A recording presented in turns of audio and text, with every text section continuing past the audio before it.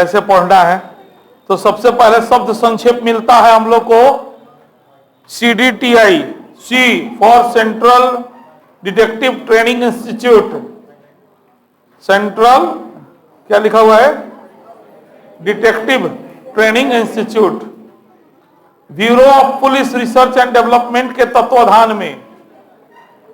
शांत हो जाइए ना, क्या हुआ, क्या परेशान है लोग, आराम से बैठ के पढ़िए अपना अपना नोट्स निकाल के। चलिए, bureau of police research and development के तत्वाधान में इस गुप्तचर प्रशिक्षण संस्थान यानी CDTI क्या है, तो गुप्तचर प्रशिक्षण संस्थान की स्थापना कहां पे, कर्नाटक में किया जा रहा है। मोस्ट VVI कर लीजिए। गुप्तचर संस्थान का स्थापना हाल ही में CDTI का स्थापना कहां किया गया है, कर्नाटक में। कर्नाटक में मुख्यमंत्री श्री बसवराज बोम्मई की उपस्थिति में इसकी आधारशिला केंद्रीय गृह मंत्री अमित शाह ने 31 दिसंबर 2002 को रखी थी। चलिए नियुक्तियां में आते हैं हम लोग। सबसे पहला नियुक्ति है CRPF के महानिदेशक थाउसेन जो है, उनको BSF का भी अतिरिक्त प्रभार मिल गया है, थाउसेन को, है ना। वर्तमान में वो CRPF के महानिदेशक हैं, अब उनको एक्स्ट्रा चार्ज जो है BSF का मिला है। अंडरलाइन कर सकते हैं, CRPF के आ जाइए महानिदेशक सुजय लाल थाउसेन, पूरा नाम इनका है सुजय लाल थाउसेन, को सीमा सुरक्षा बल के महानिदेशक का कार्यभार अतिरिक्त प्रभार के रूप में 1 जनवरी 2023 को सौंपा गया है। BSF के एक्चुअल महानिदेशक थे श्री पंकज कुमार सिंह, वो 31 दिसंबर 2022 को रिटायर हो गए, इसीलिए थाउसेन को यह कार्यभार सौंपा गया है। ठीक है, तो याद रखिएगा। इससे पहले कौन महानिदेशक थे, पंकज कुमार सिंह, हाँ, और उनके जगह पर थाउसेन को अतिरिक्त प्रभार मिला है। चलिए नेक्स्ट न्यूज है, अनिल कुमार लाहोटी रेलवे बोर्ड के नए चेयरमैन CEO, VVI कर लीजिए। Indian railway services of engineering के 1984 बैच के अधिकारी श्री अनिल कुमार लाहोटी को रेलवे बोर्ड के नए अध्यक्ष और मुख्य कार्यकारी अधिकारी 1 जनवरी 2023 से बनाए गए हैं। ठीक है, तो ध्यान रखिएगा, अनिल कुमार लाहोटी क्या है, रेलवे बोर्ड के नए चेयरमैन और CEO है। भारतीय रेलवे में अनेक महत्वपूर्ण पदों पर रहे श्री लाहोटी को कुछ दिन पहले यानी कि 17 दिसंबर 2022 से रेलवे बोर्ड में सदस्य बनाया गया था। रेलवे बोर्ड के चेयरमैन और CEO पद पर VK त्रिपाठी का स्थान उन्होंने लिया है। मतलब इससे पहले कौन थे, VK त्रिपाठी।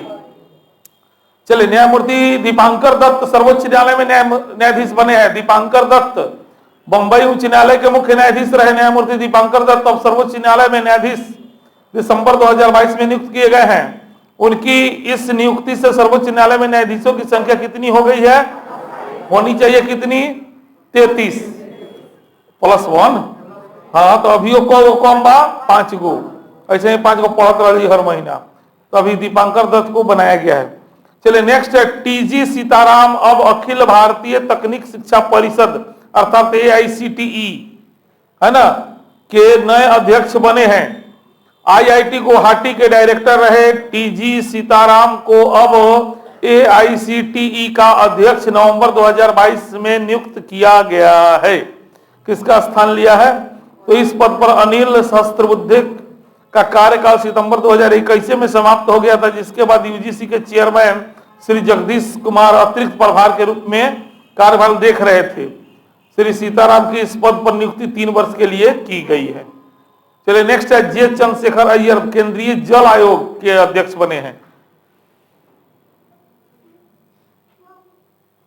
जाओ चप्पल पहन के जाओ, चप्पल पहनो, चलो बहुत डिसिप्लिन लड़का है तुम, पहन लो चप्पल, जाओ दे आओ। अच्छा, मैंने छूट गया तो बाइक से दौड़ा दिला ना, वाह रे वाह। चलिए, J चंद्रशेखर अय्यर केंद्रीय जल आयोग के नए अध्यक्ष, तो परीक्षा उपयोगी है, VVI कर लीजिए इसको। केंद्रीय जल आयोग के नए अध्यक्ष किनको बनाया गया है, हाँ, केंद्रीय जल इंजीनियरिंग सेवा के J चंद्रशेखर अय्यर केंद्रीय जल आयोग के नए अध्यक्ष 1 दिसंबर 2022 से बनाए गए हैं। इससे पहले इस आयोग में थे लेकिन सदस्य थे, अब अध्यक्ष बन गए हैं। ठीक है, केंद्रीय जल आयोग के अध्यक्ष पद पर रहते हुए वह भारत सरकार के प्रधान सचिव भी होंगे। चलिए नेक्स्ट, मोस्ट VVI फिक्की के नए अध्यक्ष सुब्रकांत पांडा को सुब्रकांत पांडा फिक्की के नए अध्यक्ष, मोस्ट वीवीआई पूछता है एग्जाम में फिक्की से सवाल। Indian metals and ferro alloys limited अर्थात IMFA के प्रबंध निदेशक सुब्रकांत पांडा ने उद्योग व्यापार जगत के देश के प्रमुख संगठन फिक्की, इसका फुल फॉर्म भी याद रखिएगा, federation of Indian chambers of commerce and industries के नए अध्यक्ष के रूप में कार्यभार दिसंबर 2022 में संभाला है। इस पद पर हिंदुस्तान यूनिलीवर के श्री संजीव मेहता का स्थान श्री पंडा ने 17 दिसंबर 2022 को संगठन की 95वीं वार्षिक आम बैठक में नई दिल्ली में लिया। इस नियुक्ति के पूर्व वह इस संगठन में प्रेसिडेंट इलेक्ट थे। एक वर्ष से फिक्की के उपाध्यक्ष रहे महिंद्रा एंड महिंद्रा के श्री अनीश शाह को अब जो है 2022-23 के लिए संगठन का वरिष्ठ उपाध्यक्ष के रूप में पदोन्नति कर दिया गया है, जबकि इमामी लिमिटेड होना चाहिए कि हर्षवर्धन अग्रवाल को 22-23 के लिए फिक्की का उपाध्यक्ष। तो दुगो नाम याद रखिएगा, ऐसे दुगो नहीं, अध्यक्ष का नाम काफी है, इतने याद रह जाए तो, है ना। सुब्रकांत पांडा फिक्की के नए अध्यक्ष।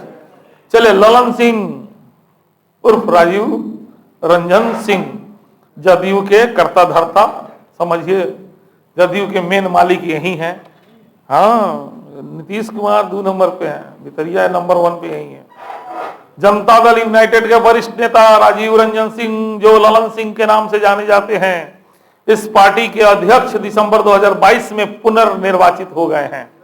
हाँ, यानी जदयू का प्रदेश अध्यक्ष को है, हाँ, पार्टी अध्यक्ष। जुलाई 2021 में तत्कालीन अध्यक्ष श्री RCP सिंह के केंद्रीय मंत्रिमंडल में शामिल होने के बाद उनके शेष कार्यकाल के लिए पार्टी अध्यक्ष चुना गया था। दिसंबर 23 में उन्हें 3 वर्ष के कार्यकाल के लिए पार्टी का अध्यक्ष चुन लिया गया है।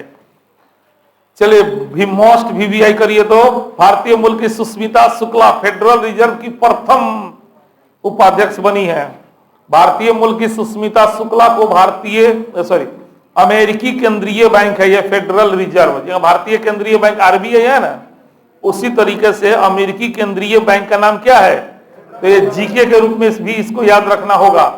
अमेरिकी केंद्रीय बैंक का नाम क्या है, उसी फेडरल रिजर्व की प्रथम उपाध्यक्ष एवं मुख्य परिचालन अधिकारी दिसंबर 2022 में बनाया गया है।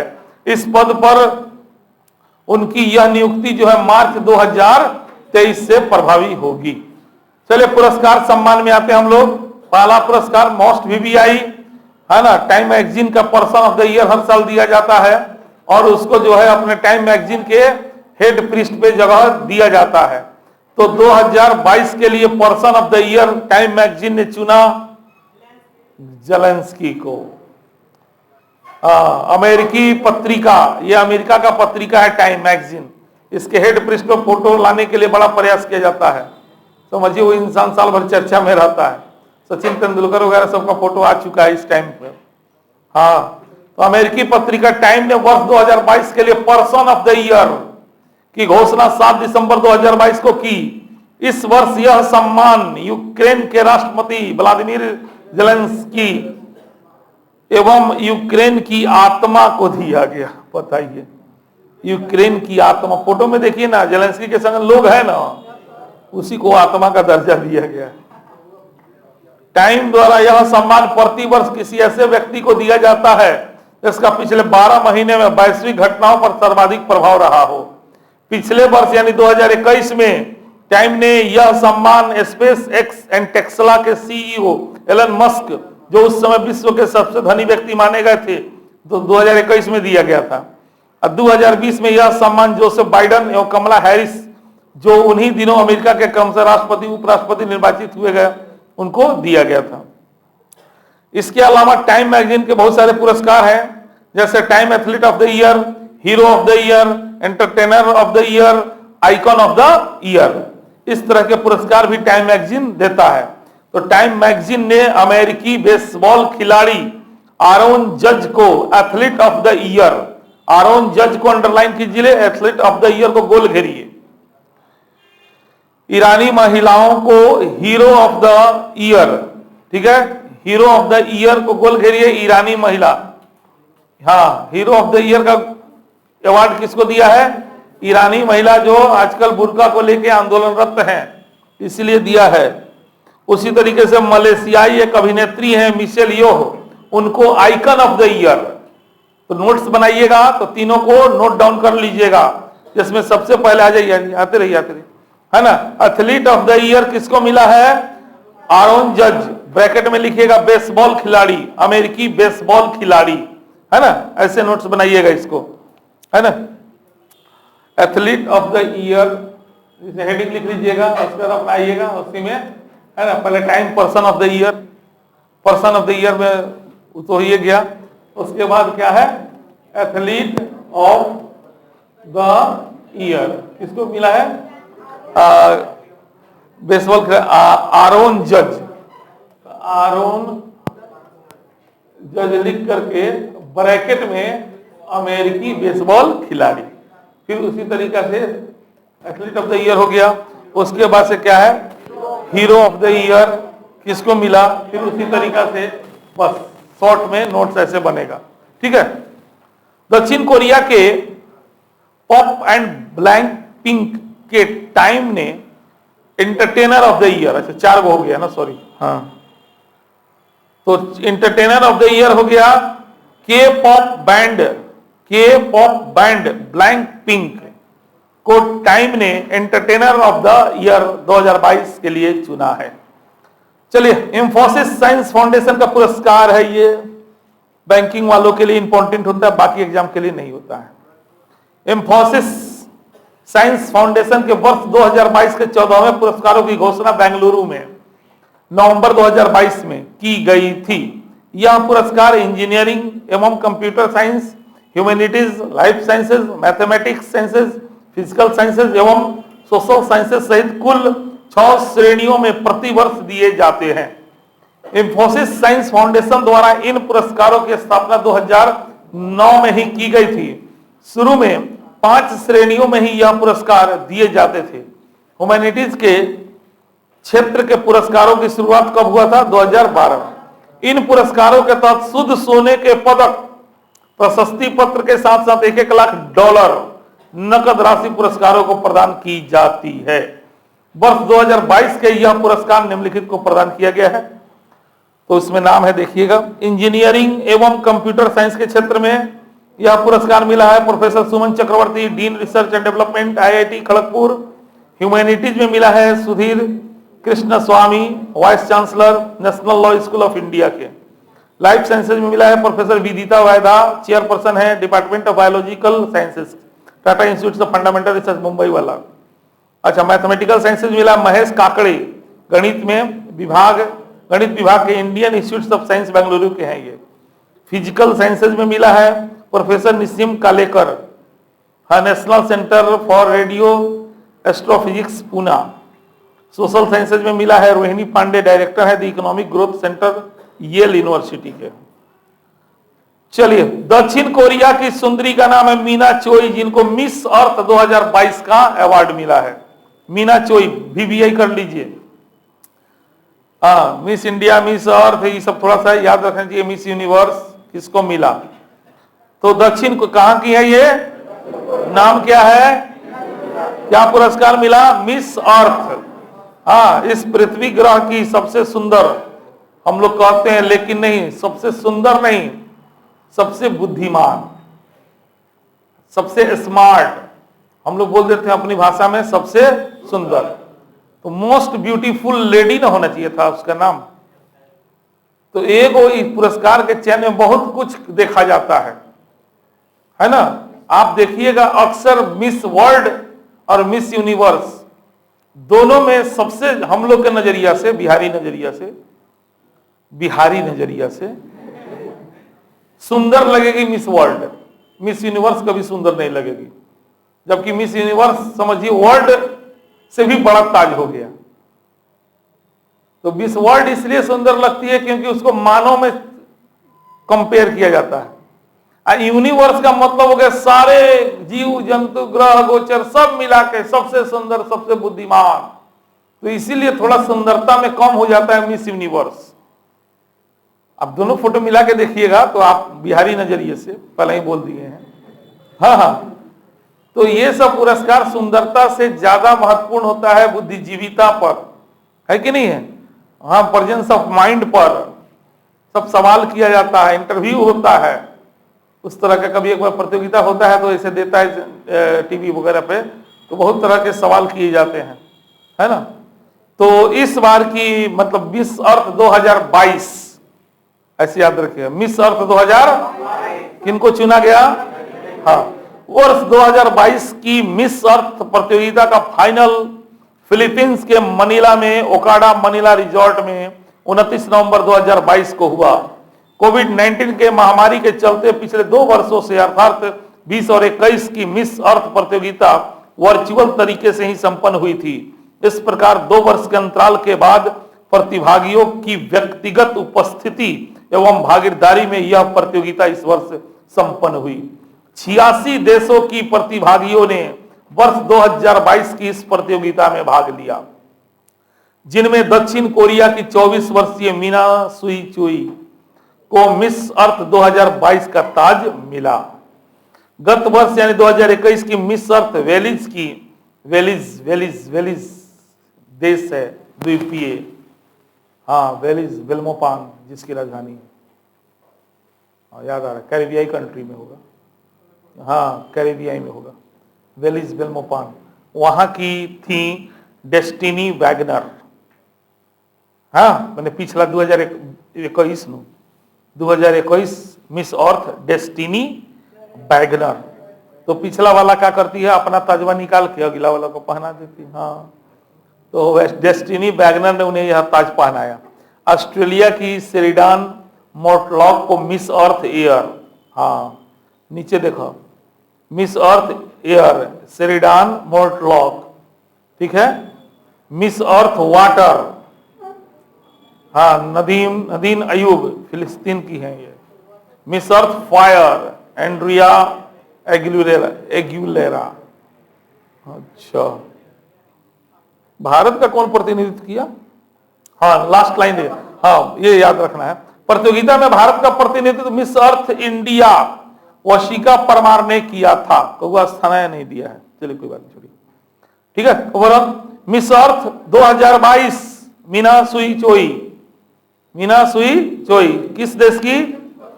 एगो आई भारत का प्रतिनिधित्व किसने किया? ये नाम, दोनों नाम, हाँ बिल्कुल याद रखना है, भले पुरस्कार मिला चाहे नहीं मिला, लेकिन नाम जरूर याद रखना पड़ेगा। चलिए, भारत की सरगम कौशल को मिसेस वर्ल्ड का ताज, मिसेस वर्ल्ड यानी साधु सीधा में, भारत की सरगम कौशल ने वर्ष 2022 के लिए मिसेस वर्ल्ड का खिताब जीतने में सफलता 2022 में प्राप्त की है। यह दूसरा अवसर है जब मिसेस वर्ल्ड का ताज किसी भारतीय के माथे पर सजा है। इससे पहले अदिति गोवित्कर ने 2001 में यह सफलता प्राप्त की थी। इस प्रकार 21 वर्ष के बाद यह ताज किसी भारतीय ने जीता है। हाँ, तो मिसेस वर्ल्ड का ताज किसने जीता है? सरगम कौशल, भारत की है, मोस्ट वीवीआई कर लीजिए, मिसेस वर्ल्ड है, ध्यान रखिएगा, मिस वर्ल्ड नहीं है, क्या है? हाँ, ध्यान देना होगा एग्जाम में। वर्ष 2022 की मिसेस वर्ल्ड प्रतियोगिता का फाइनल अमेरिका के लॉस वेगास शहर में 17 दिसंबर 2022 को संपन्न हुआ। भारत के अलावा 63 अन्य देशों की चुनिंदा सुंदरियां इस प्रतियोगिता में शामिल थी। अंतिम दौर में पहुंची 3 सुंदरियों में भारत की सरगम कौशल के अतिरिक्त पॉलिनेशिया कनाडा की सुंदरियां शामिल थी। इनमें सरगम कौशल को मिसेस वर्ल्ड घोषित किया गया, जबकि पॉलिनेशिया की सुंदरी मेग आकिम प्रथम उपविजेता एवं कनाडा की सोलेंज टी केल्टन द्वितीय उपविजेता घोषित की गई। पिछले वर्ष की मिसेस वर्ल्ड सैलिन फोर्ड, जो अमेरिका की थी, ने नई चुनी गई मिसेस वर्ल्ड सरगम कौशल को इसका ताज पहनाया। चलिए, अब राफेल नडाल एवं इगा स्वियाटेक वर्ष 2022 के लिए आईटीएफ के विश्व चैंपियन घोषित किए गए हैं।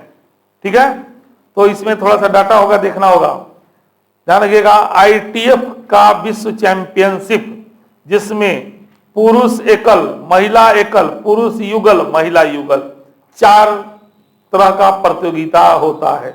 ठीक है, 2022 के आईटीएफ विश्व चैंपियनशिप परीक्षा में देगा। ITF विश्व चैंपियनशिप में पुरुष एकल के विजेता कौन थे? बात समझ गए?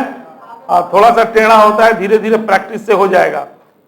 प्रतियोगिता का नाम है ITF विश्व चैंपियनशिप, जिसमें पुरुष एकल में राफेल नडाल, स्पेन के राफेल नडाल को यह सम्मान 5वीं बार प्राप्त हुआ है। इससे पहले 8, 10, 17, 19 में उन्हें ITF ने विश्व चैंपियनशिप घोषित किया था।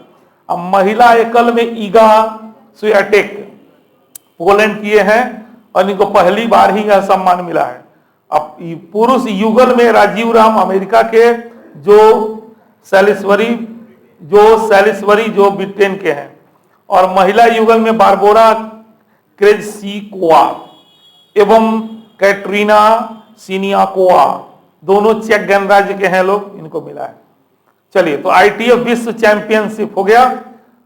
बस नोट्स बनाना है तो उसमें लिख रहे हैं ITF विश्व चैंपियनशिप अवार्ड, पुरुष एकल फलाना, महिला एकल। अच्छा, चारों लिख लीजिएगा, लेकिन पुरुष और महिला एकल याद रखिएगा, ठीक है। 4 लाइन बनेगा नोट्स इसका, खूब सुंदर नोट्स होगा, एक बार में दिखाई देगा, है ना, इस टाइप से।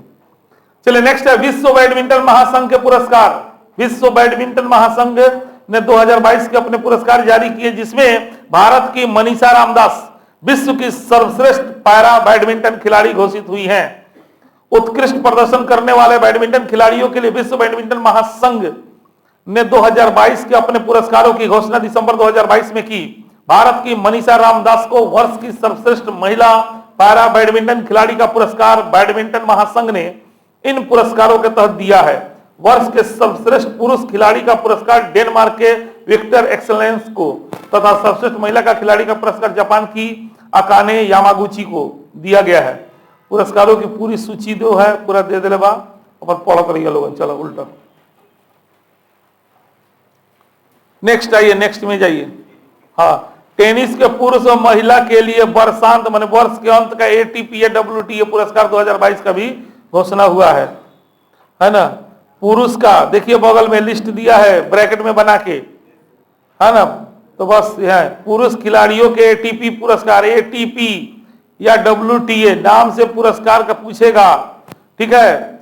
तो उसमें fans favourite player of the year Rafael Nadal, fans favourite युगल में एकल में था, युगल में team of the year Nick Kyrgios एवं थांसी की नाकिस, बाप रे नाम है सब, कही 3 गो कही कोकिका। Most improved player Carlos Alcaraz को, newcomer of the year Holger Rune को, comeback player of the year पढ़ते हैं लोग अपन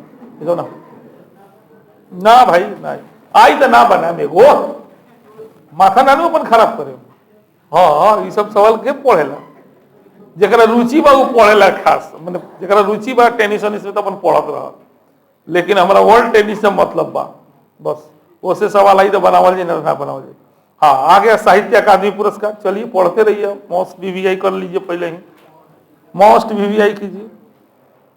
साहित्य अकादमी ने वर्ष 2022 के अपने मुख्य पुरस्कारों यानी साहित्य अकादमी पुरस्कार के साथ साथ साहित्य अकादमी अभी धीरे धीरे घुसियाते जा रहा है। पहले इतना बढ़िया एगो देता था, अब साहित्य अकादमी युवा पुरस्कार रट्टे के पड़ेला हमनी के भाई कनी का बदे देवेला सब एक माथा विद्यार्थी का टेंशन ना है, तब आप पुरस्कार बांट रहे हैं, ले वाला लेके दे वाला के भोगता के। हाँ, तो साहित्य अकादमी युवा पुरस्कार, साहित्य अकादमी बाल साहित्य पुरस्कार, साहित्य अकादमी अनुवाद पुरस्कार, साहित्य अकादमी भाषा सम्मान पुरस्कार, अल्लाह याद कर VVI वाला पहले बताए थे नहीं साहित्य अकादमी। हाँ, साहित्य अकादमी का पुरस्कार VVI होता है। चलिए, तो मेन साहित्य अकादमी जो पुरस्कार है भाषा में देख लिया जाए। 23 भाषाओं की उत्कृष्ट कृतियों के लिए 23 कितने भाषाओं की, हाँ, यह पुरस्कार प्रदान करने की घोषणा अकादमी की 22 दिसंबर 2022 की विज्ञप्ति में की गई। इनमें 7 कविता संग्रह, 6 गो उपन्यास, 2 गो कहानी संग्रह, 3 गो नाटक, 2 साहित्यिक आलोचना तथा 1 कथानक निबंध सामग्री संग्रह एवं साहित्यिक इतिहास शामिल है। हिंदी भाषा के लिए इनको बद्री नारायण को अंडरलाइन कीजिए, VBI है यही। हिंदी भाषा के लिए बद्री नारायण को उनके कविता संग्रह तुम्हारी,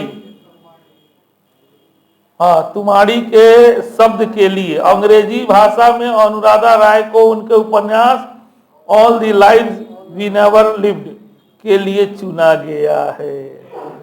चलिए, और बाकी जितना भाषा में चुना गया है, देखिए लिस्ट में, देखिए ना लिस्ट में नीचे हिंदी को अंडरलाइन कीजिए, हिंदी को अंडरलाइन कीजिए, अंग्रेजी ऊपर है एगो छोड़ के, दूगो मिलल, जितना बोलते नहीं होता अंडरलाइन कर लो लोगों, कम से कम इतना याद रखिए लोगों।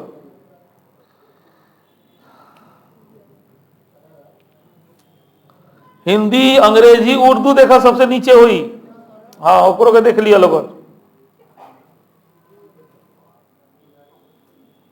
संस्कृत UPSC वाले, हाँ, मैथिली BPSC वाले, हाँ, अरे फर्क ना पड़ता है। अंग्रेजी हिंदी, जनरल कंपटीशन वाले अंग्रेजी हिंदी, भगवान से मनावे छोला ये न तो कोई उठा के दे दिला कन्नड़, तमिल, ना दी हिंदी अंग्रेजी दूगो में से एगो पूछेला, पूछ ले बा, ऐसा नहीं के। अब बाकी BPSC में बिहार वाला मैथिली पूछ सकता, उर्दू भी पूछ सकता है ना, इस टाइप से। चलिए आगे बढ़ते हैं। बांग्ला के लिए पुरस्कार की घोषणा बाद में हुई। इस वर्ष 2022 के साहित्य अकादमी पुरस्कारों के लिए विगत 5 वर्षों यानी 1 जनवरी 16 से लेकर 20 के दौरान पहली बार प्रकाशित पुस्तकों पर ही विचार ज्यूरी द्वारा किया गया था। पुरस्कार हेतु चुने गए साहित्यकारों को ताम्रपत्र, साल 1-1 लाख रुपया बाद में देवल जाई। ठीक है, तो बांग्ला पुरस्कार, बांग्ला भाषा के लिए पुरस्कार बाद में घोषित करा जाए। साहित्य अकादमी पुरस्कार संविधान की 8वीं अनुसूची में से शामिल 22 भाषाओं के अलावा अंग्रेजी, राजस्थानी सहित कुल कितना भाषा में, 24 भाषा में दिया जाता है। तो 23 को भाषा में देवल गयल है, एगो में बाद में दिया बंगाली में। ठीक बा, 8वीं अनुसूची में कौन भाषा, अंग्रेजी बाकी ना नहीं खे, तब अंग्रेजी या राजस्थानी। अब पूछ दी 22वीं अनुसूची में कौन भाषा शामिल नहीं है, राजस्थानी डाल दी, काहे कि राजस्थानी के साहित्य अकादमी पुरस्कार देवेला, तो कंफ्यूजन हो जाएगी। तो ऐसे याद रखिएगा, अंग्रेजी राजस्थानी भाषा सूची में नहीं है। क्लियर हो गया ना? तो पूछेगा तो ये 2 ऑप्शन रहेगा, निम्न में से कौन सी भाषा शामिल नहीं है, है ना? और में राजस्थानी ना तो अंग्रेजी रही। अकब काहे पूछ लो, काहे की संबंध नहीं है ऐसे बा, साहित्य अकादमी में पुरस्कार मिले तो 8वीं अनुसूची में शामिल नहीं थे, तो क्यों हो? ठीक है, चलिए उसके बाद आते हैं हम 8वीं 22वीं भाषा का नाम, तो कितना बेर हम लोग को मिल गया। चले नेक्स्ट, वर्ल्ड एथलेटिक्स के वर्ष के सर्वश्रेष्ठ एथलेटिक्स, VBI कर लीजिए, वर्ष का सर्वश्रेष्ठ है, साल का एगो दूगो, तो महिला और पुरुष एक याद रखेगा। वर्ल्ड का सबसे बेस्ट महिला एथलेटिक्स और बेस्ट पुरुष एगो। तो एथलेटिक्स की सर्वोच्च संस्था वर्ल्ड एथलेटिक्स, पुराना नाम अंतरराष्ट्रीय एथलेटिक्स महासंघ, ने स्वीडन के पोल वाल्टर, मोंडो डुम्पालिंटिस, माने याद रखिए वाटर के मिलर है बस, पुरुष में हो गए। स्वीडन के पोल वाल्टर मोंडो डुम्पालिंटिस को पुरुषों में तथा अमेरिका की बाधा दौड़ धाविका सिडनी मैकलॉगलिन, सिडनी पूरा नाम है सिडनी मैकलॉगलिन, को महिलाओं में वर्ष 2000 के लिए वर्ष के, देखिए 12 महीने का पढ़िएगा ना तो ऐसा नहीं, ये सब नाम बेकार लगने लगेगा, एक से एक पुरस्कार है, अपने आप को लग जाएगा ये सब थोड़े पूछे होकरा रहते मैंने क्या पूछी, इतना पुरस्कार मिला है। तो लेकिन हर महीना वाइज हम लोग पढ़ रहे हैं तो छोटा छोटा पुरस्कार भी शामिल हो जा रहा है, इसलिए थोड़ा टफ लग रहा है, इसलिए बोले नोट्स बनाइए, नोट्स बनाइएगा, चाहे अंत में हम क्या करेंगे कि एग्जाम के पहले मंगवाएंगे, अभी भी यही फिर से एक बार चिन्ह लगवा देंगे, है ना, 5-6 महीने का एक बार ऐसे करवा देंगे एक बार में, ठीक है, इस तरीके से। अभी महीना का है, पढ़िए, कोशिश करिए, अभी क्या है कोशिश करना है, जब एग्जाम करीब होगा तो उसमें से छांट लिया जाएगा। हाँ जनरली सब ना पूछेला, अब को जब ना पूछेला तो नहीं पढ़वे ना करबो, ऐसे मजबूरी रहा कि तनका तनका पढ़ लो। हाँ हाँ, साहित्य अकादमी पूछेला पहले बताए थे ना, मजाक ना। हाँ, हिना की सर ना पूछी 22 को बताओ, 23 को बताओ, ऐसा कोनो बात नहीं है। इसमें आपको टाइम सीयर वाला मोस्ट VVI है, पहले बता रहे हैं। आई मिस और फेयर और फेयर बनू उनमें से डाल सकता। हाँ, कभी कभार उनमें से पूछेला, ठीक बा। बाकी अभी तक हमारा साहित्य अकादमी 3 गो छोड़ के एको गो नहीं मिलल जो लागे पूछे वाला बात, लेकिन फिर भी पढ़त रहेगा। चलिए, अमेरिकी मूल की स्वीडिश पोल वाल्टर डुप्लांटिस ने 3 बार नए विश्व रिकॉर्ड इस वर्ष में स्थापित किए हैं। उन्हें 3 वर्ष में दूसरी बार वर्ल्ड एथलेटिक्स का यह पुरस्कार दिया गया है। इससे पहले 2020 का यह पुरस्कार उन्हीं को दिया गया था। अमेरिकी दल सिडनी मैकलंगनिन ने 400 मीटर बाधा दौड़ की रिकॉर्ड 2 बार तोड़ा था। टोक्यो ओलंपिक्स में इस स्पर्धा का स्वर्ण पदक भी उन्हें नहीं जीता था। चलिए, वर्ल्ड एथलेटिक्स का एक और पुरस्कार है rising star of the year. इससे पहले पढ़े थे वर्ल्ड एथलेटिक्स का सर्वश्रेष्ठ एथलेटिक्स हो गया। इसका नाम देखिए, rising star of the year. तो अमेरिका के एरियान नाइटन को पुरुषों में तथा सर्बिया की एड्रियाना विलागोस को महिलाओं में वर्ल्ड एथलेटिक्स के rising star of the year का पुरस्कार मिला है। चलो अब आओ भारतीय में, जमुनालाल बजाज पुरस्कार 2022। हाँ, जमुनालाल बजाज मत पूछो, जो हमनियों के बड़ा तंग कैले भाई सवाल।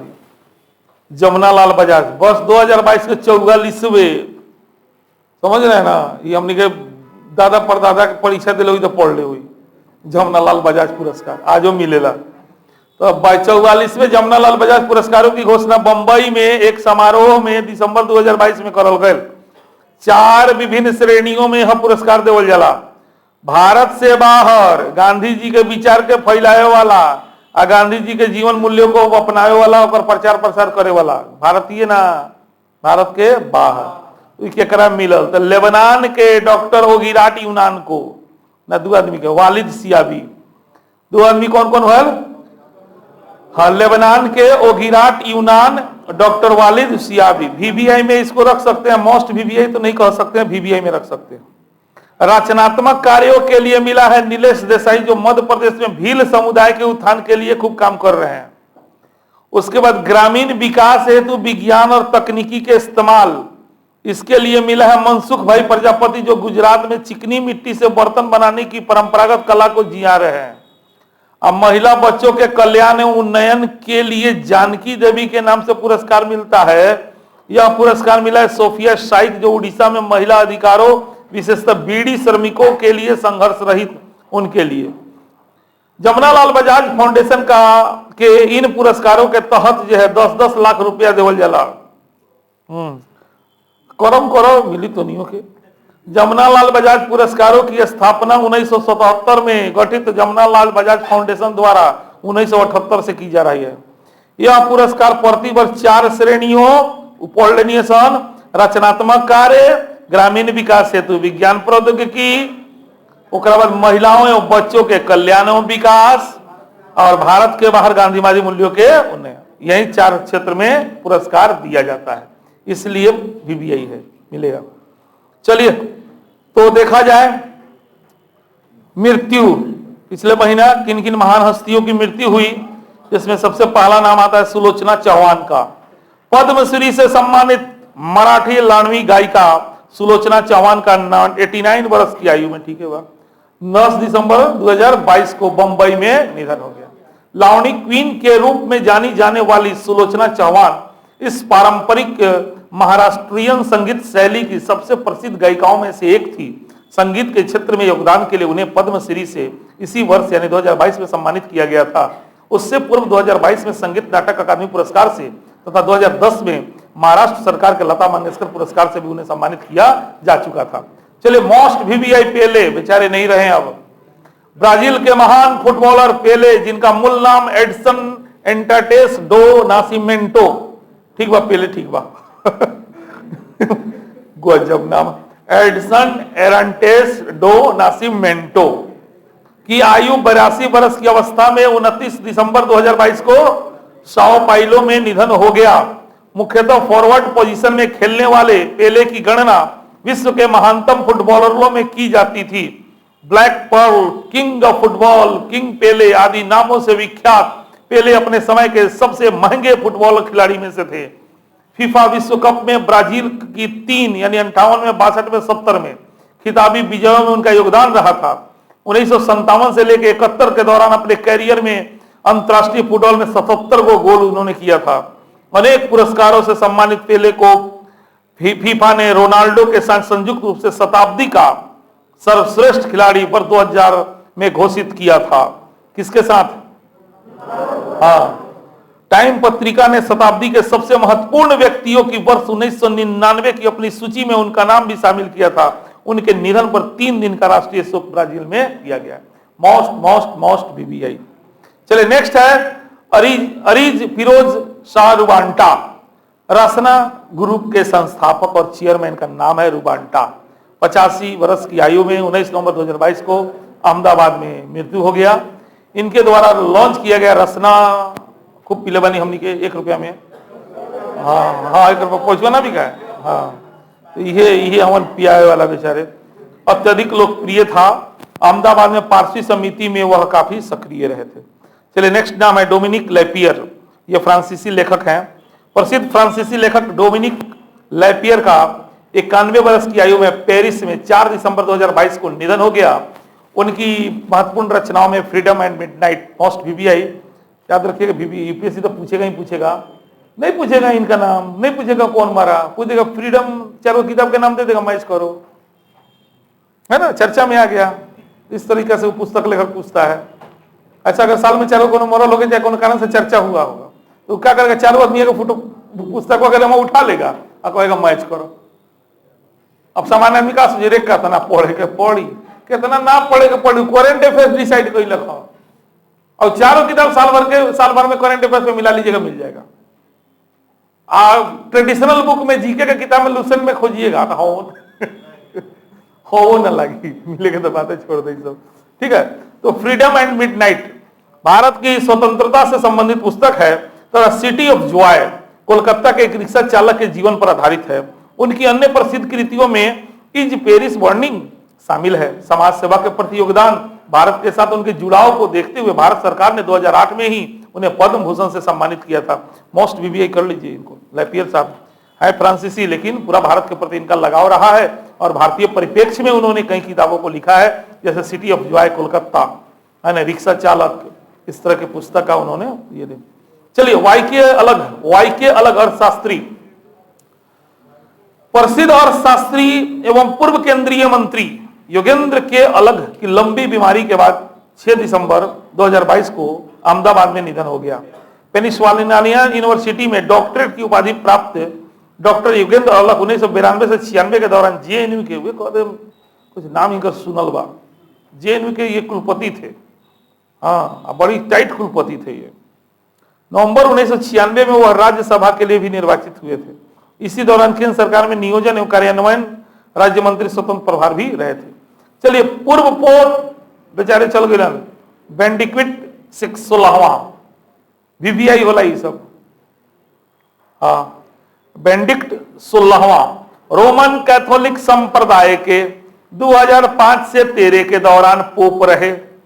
बेनेडिक्ट 16वां, जिनका मूल नाम जोसेफ रेटिजंगर था, का 95 वर्ष की आयु में, ये सब लेकिन जिए ना सन बाड़ा मिले ले बनी, हम तो बूढ़ होके मरे लो सन, 2-4 को पढ़बे पड़े, सब बुढ़वा सब जीता है, अच्छा जी लेता है। सात्विक है। ईसाई धर्म के बारे में भी जानिएगा ना तो उसमें भी सत्यता झलकता है, बहुत सत्यता झलकता है। ईसाई धर्म काफी प्रैक्टिकल धर्म है और उसका ये पोप है, धर्म गुरु कहते हैं इसको, है ना। हाँ, तो 95 वर्ष की आयु में 31 दिसंबर 2022 को वेटिकन सिटी में निधन हो गया। पिछले 600 वर्षों में वह ऐसे पहले पोप थे जिन्होंने पोप पद से त्याग पत्र दिया था। उनसे पूर्व 1415 में पोप ग्रेगरी 12वां ने अपने इस पद से त्याग पत्र दिया था, वरना मृत्यु तक रहता था। लोग जीते जी त्याग पत्र नहीं देता है, लेकिन ये दे दिए थे। पोप का दायित्व छोड़ने के बाद बेनेडिक्ट 16वां वेटिकन में ही एक मठ में वो रह रहे थे। उनके पद त्याग के बाद ही मौजूदा पोप फ्रांसिस ने रोमन संप्रदाय के धर्म गुरु का दायित्व संभाला था। चलिए नेक्स्ट है हीराबा। बेचारे इस देश को चलाने वाले, हाँ, को जन्म देने वाली माँ हीराबा। हाँ, प्रधानमंत्री चलो ना, मोदी जी के माई पर ना कोई कमेंट ना। प्रधानमंत्री मोदी जी की माँ हीराबा, मोदी जी का 100 वर्ष की आयु में 30 दिसंबर 2022 को अहमदाबाद के एक अस्पताल में निधन हो गया। अब नहीं से, अरे सात्विक महिला है, तब ने इनका बेटा इतना नाम कमा लिया। बेटा पूछो करे, मतलब वो नहीं है, मतलब है मां बाप का कर्म उसके बेटे में दिखाई देता है। तो बेटा इतना प्रसिद्धि पा गया, तो नो डाउट ये महान आत्मा थी, तब तो इनके कोख से ऐसा बेटा जन्म लिया है कि नहीं। सम्मान करना चाहिए, देवात्मा है ये लोग। चलिए नेक्स्ट, अपने छोटे बेटे पंकज मोदी के साथ वह गांधीनगर में रहती थी। उनके निधन के बाद प्रधानमंत्री मोदी जी 30 दिसंबर को ही गांधीनगर पहुंच गए तथा अपनी मां को की अर्थी को कंधा उन्होंने दिया। प्रधानमंत्री मोदी जी और उनके भाइयों सर्व श्री शोभा भाई, प्रहलाद भाई, पंकज भाई ने ही अपनी मां की चिता की मुखाग्नि दी। पूज्य मां की चिता को मुखाग्नि देने के तुरंत बाद उसी दिन मोदी जी अपने कर्तव्य पथ पर लौट आए। उस दिन कोलकाता में वंदे भारत एक्सप्रेस को झंडी दिखाने, राष्ट्रीय गंगा परिषद की बैठक में भाग लेने तथा अन्य कुछ परियोजनाओं का उद्घाटन शिलान्यास में उनके कार्यक्रम थे। इन सभी कार्यक्रमों में वीडियो कॉन्फ्रेंसिंग के जरिए उन्होंने 30 दिसंबर को ही भाग लिया। चलिए किस तारीख को निधन हुआ, बीपीएससी का फेवरेट सवाल है, याद रखिएगा। 30 दिसंबर, थोड़ा सा ध्यान में रखिएगा। पुस्तकें, कुछ चर्चित पुस्तकें हैं। A life in the shadows, a memory, A S. Dulat की पुस्तक है। सुधा मूर्ति की पुस्तक का नाम है the magic of the last story. एमिनी हेनरी की पुस्तक है हैप्पी प्लेस। कांसद्रा क्लेयर की पुस्तक है चेन ऑफ थॉट्स।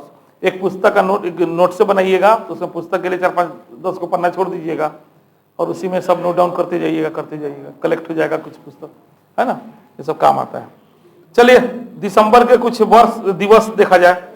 1 दिसंबर सब जानते हैं विश्व एड्स दिवस मनाया जाता है।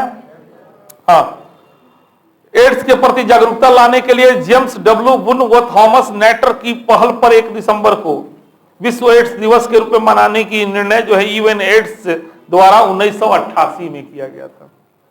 चलिए दिव्यांग जनों के लिए अंतर्राष्ट्रीय दिवस 3 दिसंबर को ही डॉक्टर राजेंद्र प्रसाद की जयंती मनाई जाती है। अंडरलाइन कर लीजिए, राजेंद्र प्रसाद की जयंती। 4 दिसंबर को VVI नौसेना दिवस मनाया जाता है। एक्चुअल 1971 में भारत पाकिस्तान युद्ध के दौरान भारतीय नौसेना की उपलब्धियों की स्मृति में 4 दिसंबर को प्रतिवर्ष नौसेना दिवस के रूप में मनाया जाता है। इस दिन कराची बंदरगाह पर हमला करके शानदार सफलता हम लोगों ने प्राप्त किया था। 5 दिसंबर को विश्व मृदा दिवस, मिट्टी दिवस मनाया जाता है ना। FAO के पहल पर 2013 से यह मनाया जाता है। 6 दिसंबर को जो है नागरिक सुरक्षा दिवस, होमगार्ड स्थापना दिवस भी इस दिन मनाया जाता है। जैसा कि आप जानते हैं होमगार्ड की स्थापना 6 दिसंबर 1946 को मुंबई में किया गया था। 1962 में चीन के आक्रमण के समय पूरे देश के ऐसे विभिन्न स्वयंसेवी संगठनों को एकजुट करके अखिल भारतीय स्तर पर इस स्वयंसेवी संगठन को मूर्त रूप दिया गया था। 6 दिसंबर को बाबा साहेब डॉक्टर भीमराव अंबेडकर का महापरिनिर्वाण दिवस मनाया जाता है। जैसा कि आप जानते हैं 6 दिसंबर 1956 को उनका जो है महापरिनिर्वाण अर्थात मृत्यु हो गया था। उनका यह जो है 2022 वाला 6 दिसंबर 67वां महापरिनिर्वाण था। चलिए 7 दिसंबर को सशस्त्र बलों का झंडा दिवस मनाया जाता है। एक्चुअल 1949 से प्रतिवर्ष 7 दिसंबर को यह मनाया जा रहा है। सशस्त्र सेना के प्रतीक चिन्ह झंडे का वितरण कर धन संग्रह इस दिन किया जाता है। 9 दिसंबर को ही संयुक्त राष्ट्र भ्रष्टाचार निरोधी दिवस मनाया जाता है। 2003 से यह मनाया जा रहा है। 10 दिसंबर को मोस्ट VVI अंतर्राष्ट्रीय मानवाधिकार दिवस। जैसा कि आप जानते हैं कि संयुक्त राष्ट्र घोषणा पत्र में 10 दिसंबर 1948 को मानवाधिकारों की घोषणा की गई थी। इसी उपलक्ष्य में 10 दिसंबर को जो है राष्ट्रीय मानवाधिकार दिवस मनाया जाता है, अंतर्राष्ट्रीय मानवाधिकार। 11 दिसंबर को अंतर्राष्ट्रीय पर्वत दिवस मनाया जाता है। एक्चुअली 2003 से यह मनाया जा रहा है। 14 दिसंबर को राष्ट्रीय ऊर्जा संरक्षण दिवस, यह 1991 से मनाया जा रहा है।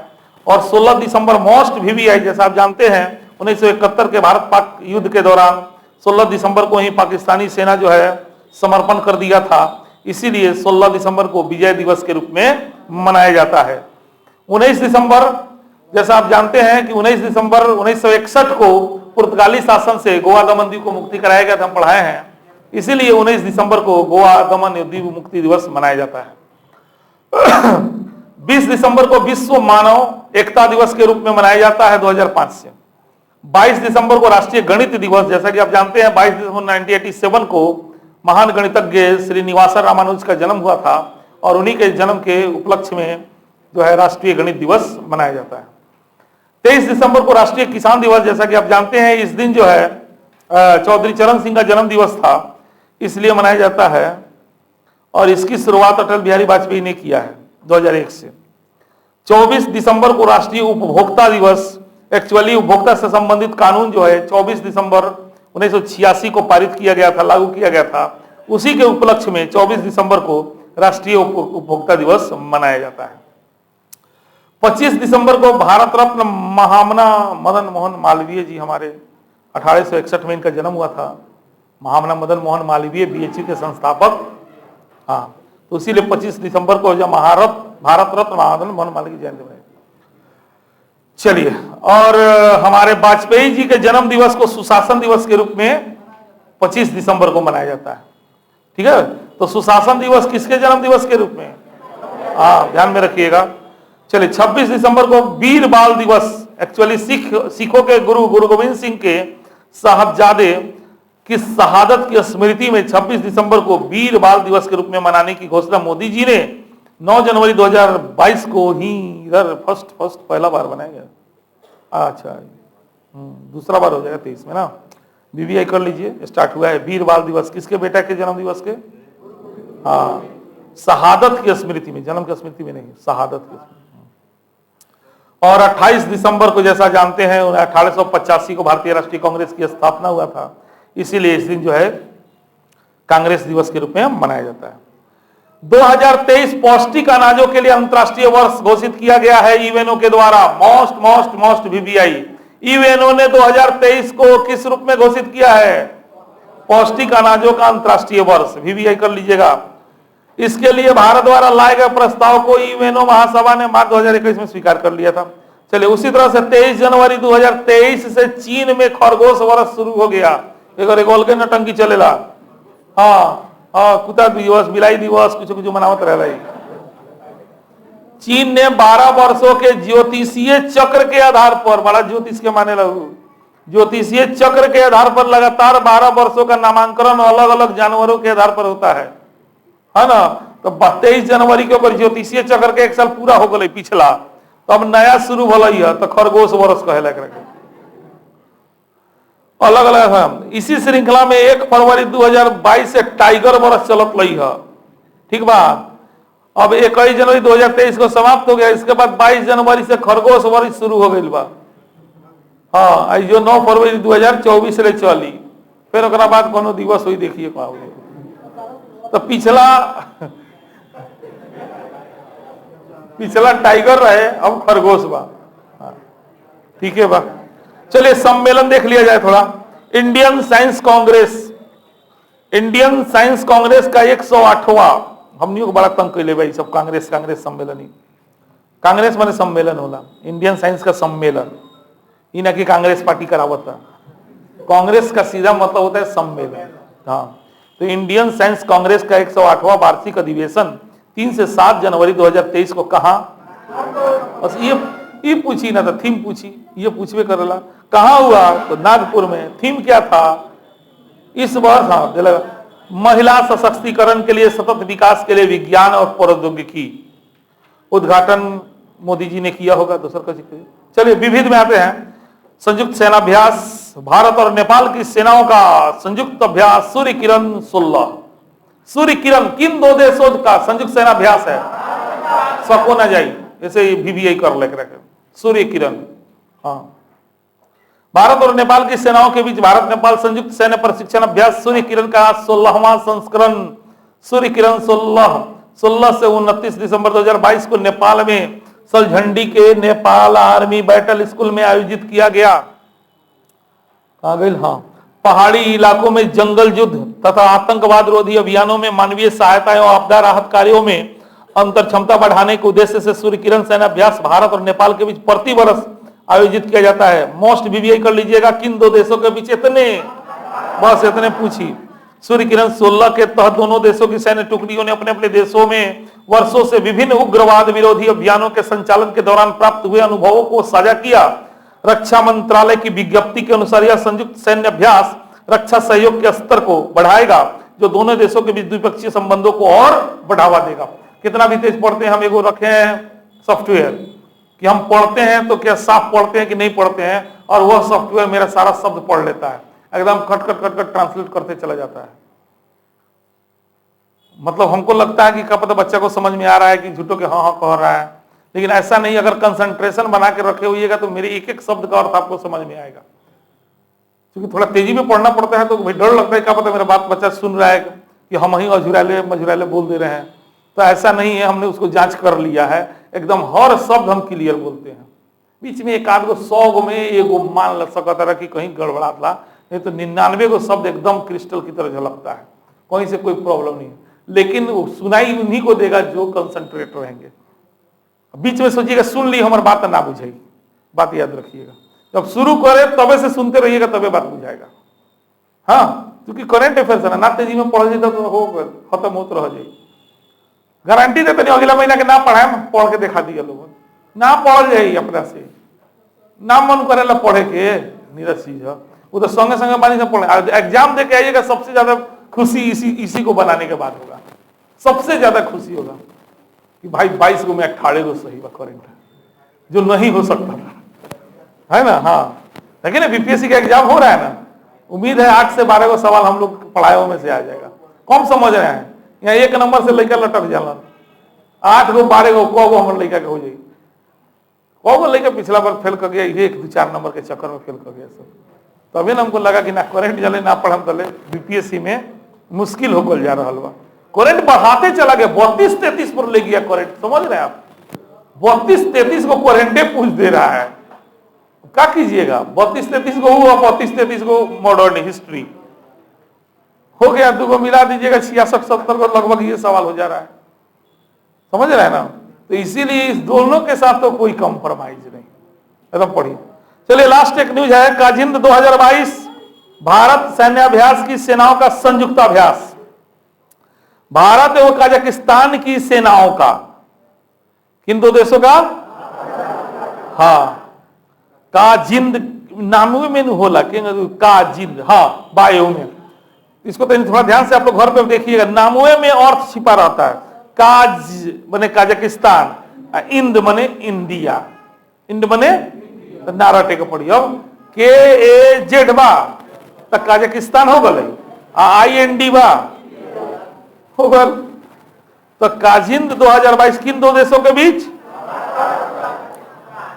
हाँ, ये भैला मेघालय के उमरोई में 15 से 28 दिसंबर 2022 को संपन्न हुआ। इस संयुक्त अभ्यास में दोनों देशों की सेनाओं की एक टुकड़ी ने जंगल तथा अर्ध शहरी क्षेत्रों में संयुक्त आतंकवाद निरोधी अभियानों में अपने सामरिक और तकनीक कौशल का प्रदर्शन किया।